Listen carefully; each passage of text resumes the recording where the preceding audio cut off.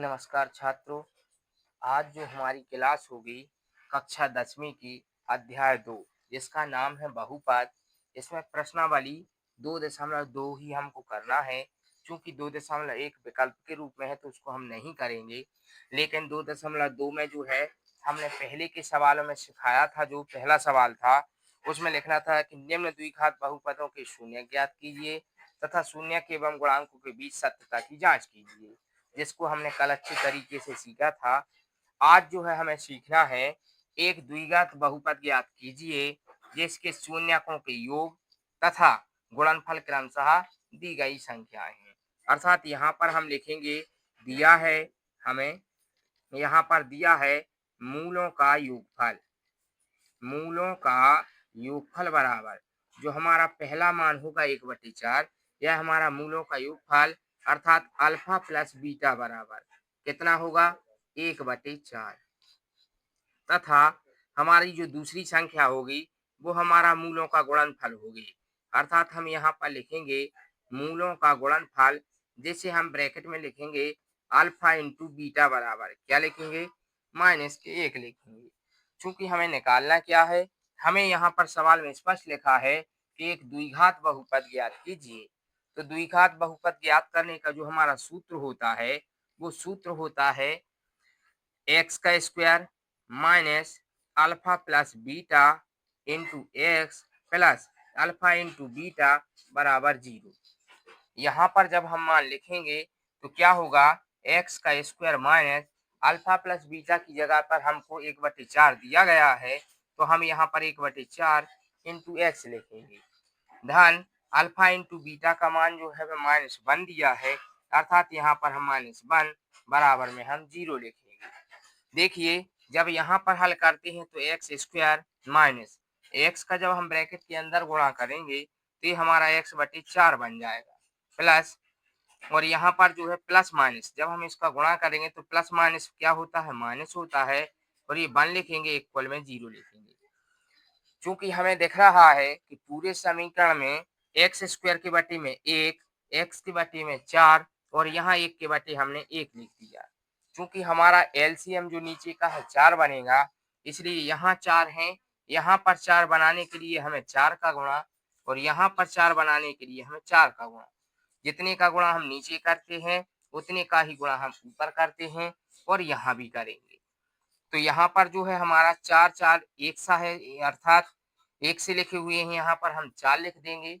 यहाँ पर गुणा करके 4x वर्ग लिखेंगे, ऋण यहाँ पर x लिखेंगे, ऋण यहाँ पर 4 एकम 4 बराबर में 0 लिखेंगे। चूंकि हमें एक स्पेशल द्विघात समीकरण निकालना है, इसलिए हम इसके बटे में 1 लिखेंगे और तिर्यक गुणा कर देंगे।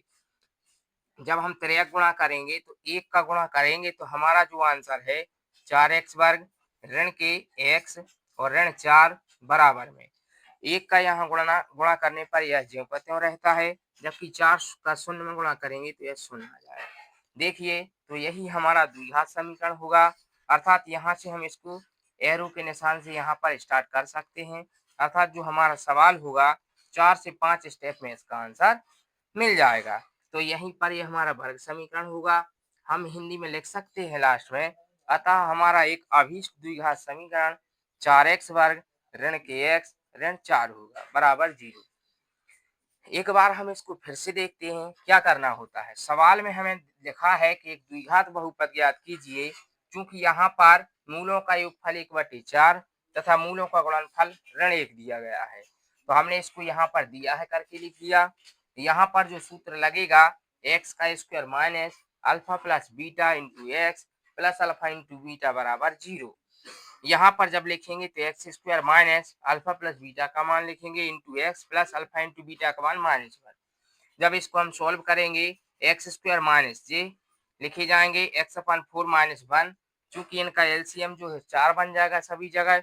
यहाँ 4 बनाने के लिए 4 से गुणा ऊपर नीचे अर्थात 4x वर्ग, यहाँ पर केवल x, यहाँ पर 4 बटे में 4 बराबर में 0। इसके बटे 1 लिखने पर तिर्यक गुणा, तिर्यक गुणा में इसका इसमें करेंगे तो यह आ जाएगा, 4 का यहाँ पर करेंगे तो 0 बन जाएगा। यही हमारा अभीष्ट आंसर होगा। ठीक, इसके बाद हमारा दूसरा सवाल लिखा हुआ है, अब हम इसको सीखते हैं। क्या होता है यहाँ पर जो दिया है वो लिखेंगे हम। अब हम इसको डायरेक्ट लिखते हैं, हम हिंदी में नहीं लिखेंगे कि मूलों का योगफल, हम डायरेक्ट लिखेंगे अल्फा प्लस बीटा का मान हमें करणी 2 दिया है, जबकि अल्फा इंटू बीटा का मान हमें 1/3 दिया गया है। चूंकि हमको निकालना है वह बहुपद, तो बहुपद का जो सूत्र होता है वो होता है एक्स का square minus alpha plus beta into x plus alpha into beta बराबर में 0। जहाँ-जहाँ पर हमको अल्फ़ा प्लस बीटा और अल्फ़ा इंटू बीटा दिया गया है, वहाँ पर हमें मान रख देंगे।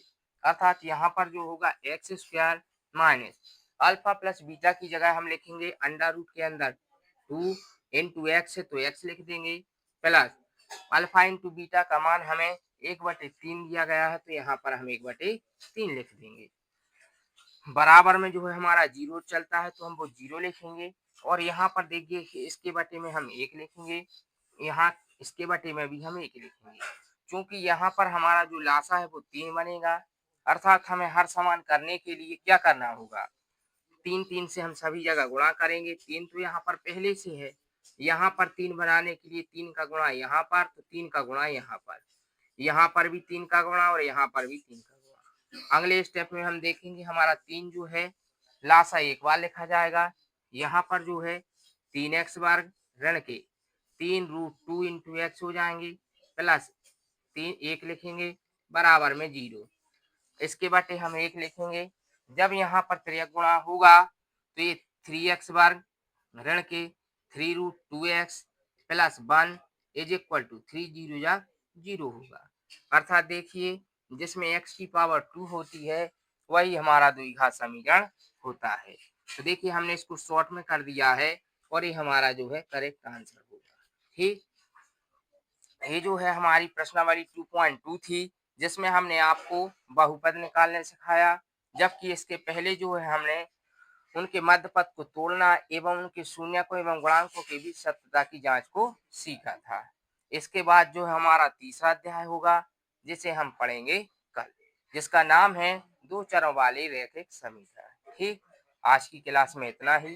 धन्यवाद।